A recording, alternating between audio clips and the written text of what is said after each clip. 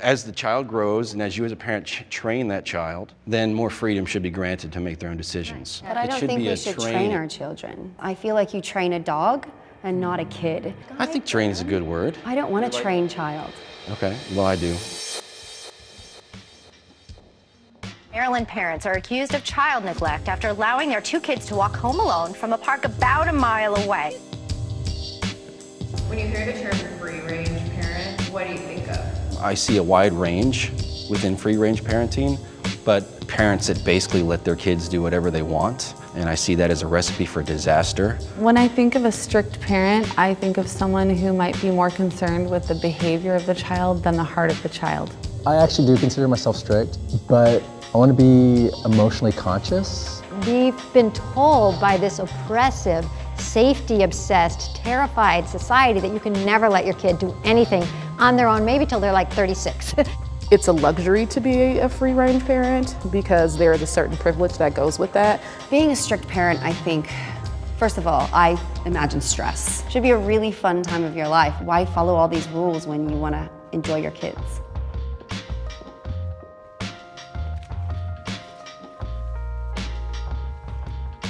Hi, I'm Hal Chafee. I have 5 kids. I'm a minister, and we live in Maryland. I'm Christian. I am a birth and postpartum doula, as well as a newborn care specialist. I have 1 daughter who is 7. Hi, I'm Jenny Atkins. I have 2 daughters. I'm a health coach, and I wrote a children's healthy cookbook. My name's Wynn. I live in Los Angeles. I have 1 child. I'm a chef, restaurateur, author. I'm Jody, and I'm the CEO of the Madden House, and I have 8 children, and I'm from LA. Hi to everybody. I'm Lenore Skenazy. I'm the mother of 2, and I founded the book, blog, and movement Free Range Kids. Surprise. I founded the Free Range Kids movement. I let my 9-year-old ride the subway in New York City by himself. I wrote a column, and 2 days later I was on the Today Show, MSNBC, Fox News, and NPR defending my parenting style. And I started Free Range Kids that weekend as a blog to say, look, I believe in safety. I just don't think that we have to, have a security detail every time we let our kids out of the house. So can I have my free-range parents on the left and my strict parents on the right? See you later, free-range parents. Children should be trusted to make their own decisions.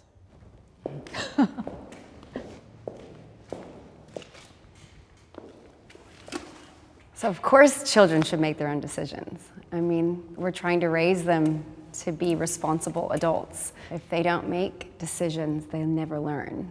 When my child is possibly going to make a bad decision, what I want to do is not tell him it's a bad decision. I think that's the wrong thing to do, because then ultimately he's probably going to reject that anyway.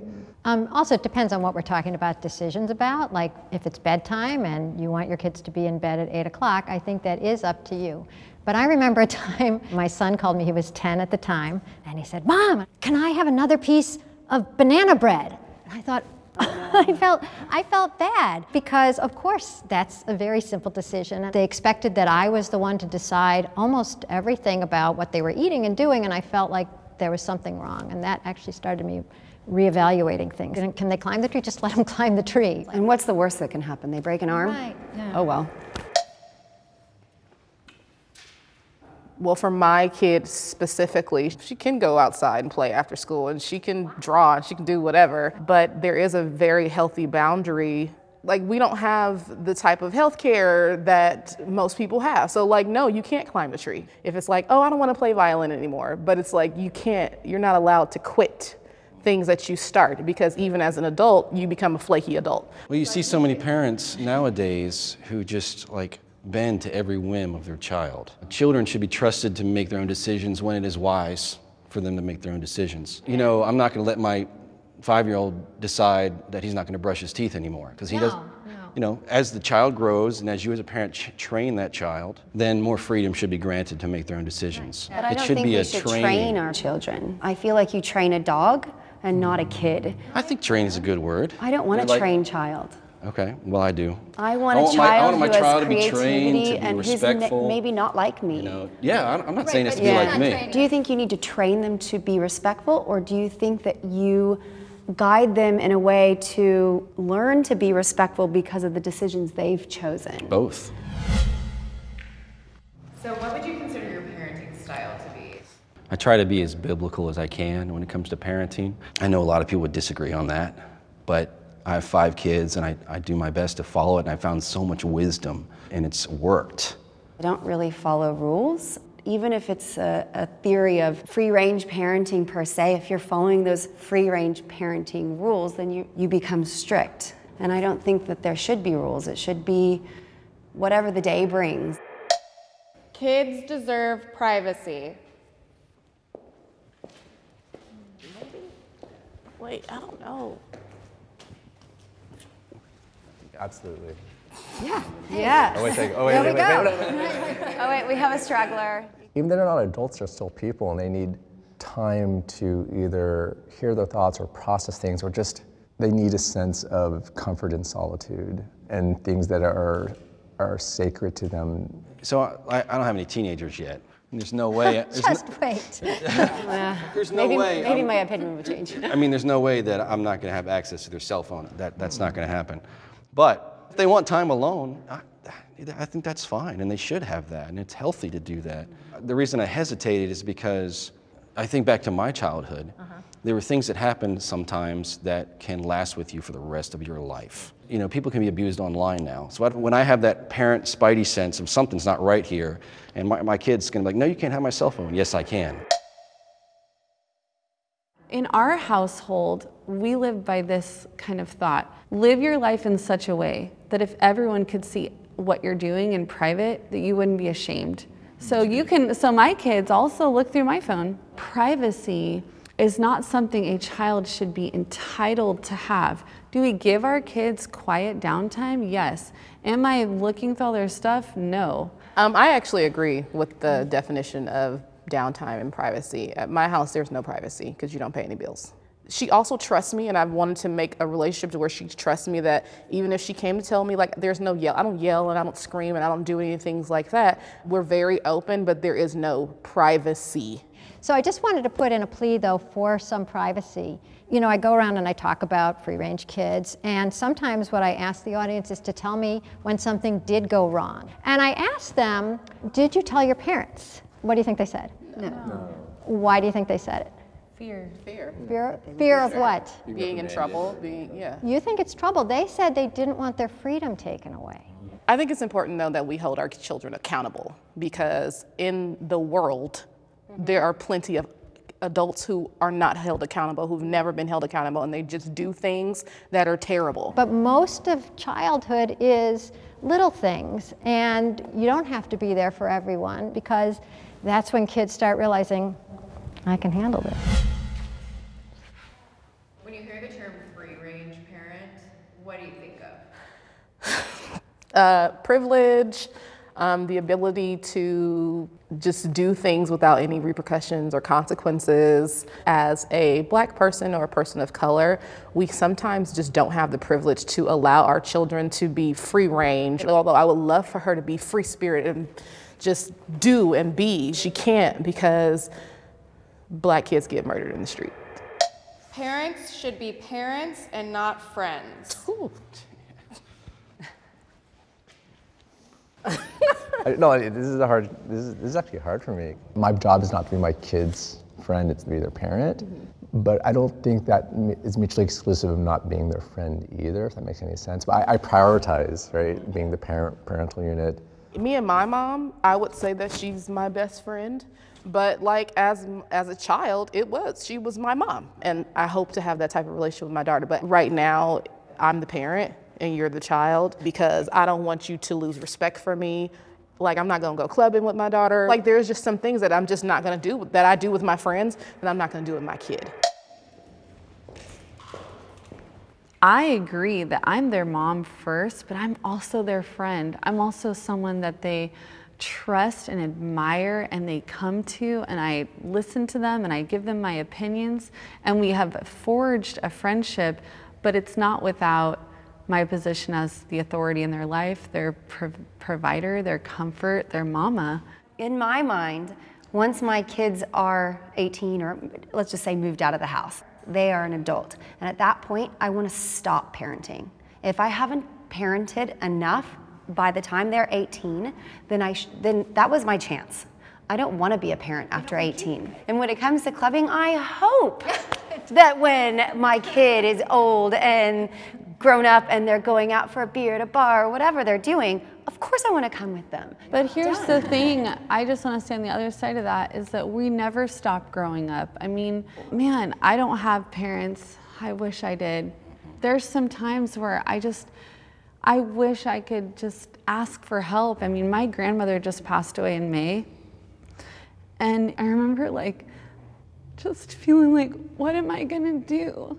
And that was not a friend moment. That was me hiding like a little child on her lap, weeping and crying and needing that. I guess you I are don't going want to do that. No, you're going to do that. If your kid comes to you, I'm sure you will. Of course. I guess I just want this. Right.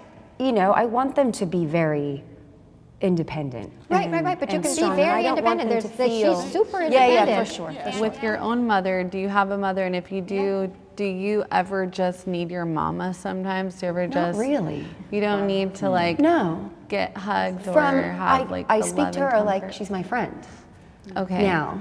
And I think I spoke to her as my friend when I was growing up as well. Because she didn't parent. I had no rules. And that explains a lot. When you talk about your philosophy, it's really a first-hand account where maybe some of the rest of us are like exploring how we might want to parent. Right, but we all raise our children probably according to a little bit of how we were raised. What we know, what we wished had been different, Yeah. and then there's so many societal influences. Sure. You mentioned before you were kind of facing everything on your own, that you didn't have parents to kind of guide you. How do you think that has shaped the way that you parent? Growing up without the security of knowing who I was and knowing that I was dearly loved and cherished by my mother and father was soul-crushing for me. As a mother, I have the opportunity to raise up a new generation of healthy, whole individuals who are able to go forth and create new families of their own and be a light in this world. And that's really what my hope is with my children. Spanking your child is an acceptable form of punishment. What? I don't want to get involved at all. Yeah, this is not. Do we have to? We don't have to do it at all. I don't even want to stand back here. Well, we don't have to, you guys don't have to participate in the conversation whatsoever. But is it going to show our position, like standing back or sitting? We do see you guys in the background, but we just want to hear his perspective. Then people can walk forward, but if you don't want to participate in the conversation whatsoever, you don't have to. Well, yeah, so I'm kind of saddened that nobody else walked forward because not only do I think it's an acceptable form of punishment, but I think it's one of the best. And the reason is because it's effective, it's quick, it's over, it's done, and the kid can go off and play again and not have to sit in a corner or languish in a room or something like that. And it's not about getting angry, I'm mad, I'm gonna whack my kid. No, it's about, okay, you did something you weren't supposed to do, and you're going to get spanked for this. So I'm going to ask any of my disagreeers who wish to step forward to talk about this, please do. If you wish not to step forward, you don't have to.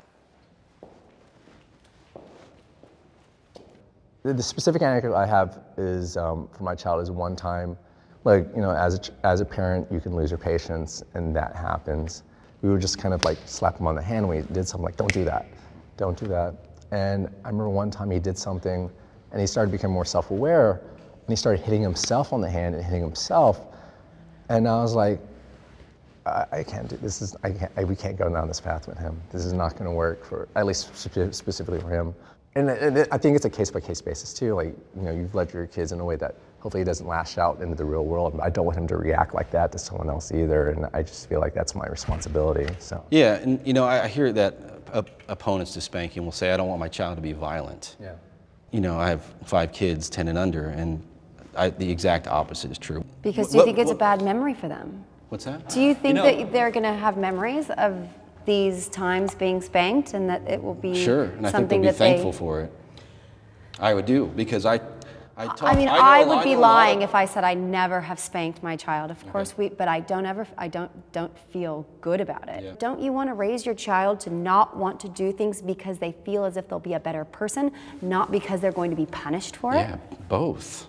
See, this is hard for me to understand because I come from a culture where everyone, like all my friends, have loving parents that spank them as kids. And now they've grown up to be great well-functional adults who respect their parents and are glad their parents spanked them. Okay, I'm just gonna say my view. So I don't spank my child, one, because of chattel slavery and Jim Crow. I'm a black person and I live in a world where black people are beaten all the time. I have a mother who spanked me. I'm not glad that I was spanked. I respect her, but I'm not happy about that. Also the same thing with the people who are like, I was spanked, I came out great. They usually have like anger issues, they're violent, they whip their own kids, they probably need therapy. Usually they don't even realize how emotionally fucked up they are. Well, you gotta understand, parenting is more than just I spank or I don't spank. If you're a terrible parent and you think that spanking is gonna fix your kid, you're wrong. I sometimes fear I am raising my children the wrong way.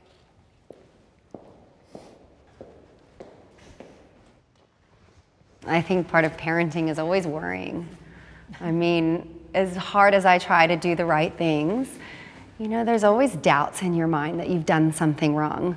I love to tell parents, especially new ones, that we're all winging it. We're making mistakes every day, but the good thing about it is that our kids still love us. They still look at us like mommy and their eyes. Right. Club buddy. Right. So like parenting is literally just like one huge ass experiment.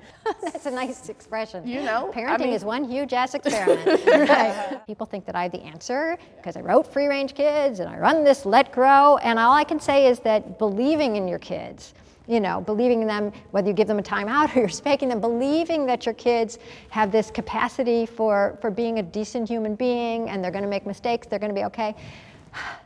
That's what kids want. So, first of all, I think that parents are too hard on themselves. And you know what? Ultimately, your children are going to make their own decisions. For me, I don't wonder about whether or not I'm raising my kids right, because I try to raise my kids according to what the Bible says.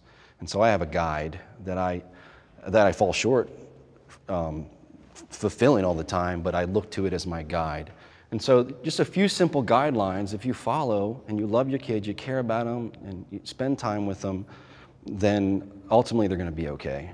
I just love my kids so much, and I give them 110%. One of the neat things that I'm giving my kids that's a little bit different is a mother and father who are married and faithful to one another, which I didn't have that. And so it makes me feel really good that I'm giving them that. I know that I'll never just be totally set in my ways and be unwilling to change and to become a better mother. So I will never give up growing myself. The one piece of parenting advice I give everyone is don't listen to all the advice, because the beautiful thing about parenting is not what you're teaching your child, but sometimes what you're learning with your child. I think we all just want the same things. Everybody wants their children to be confident and secure in their love. It's just a lot of fun to have kids. And I always tell people, I said, if you want to be a happier person, have more kids, because kids are just so much fun. Group hug! Yay! Really? Right.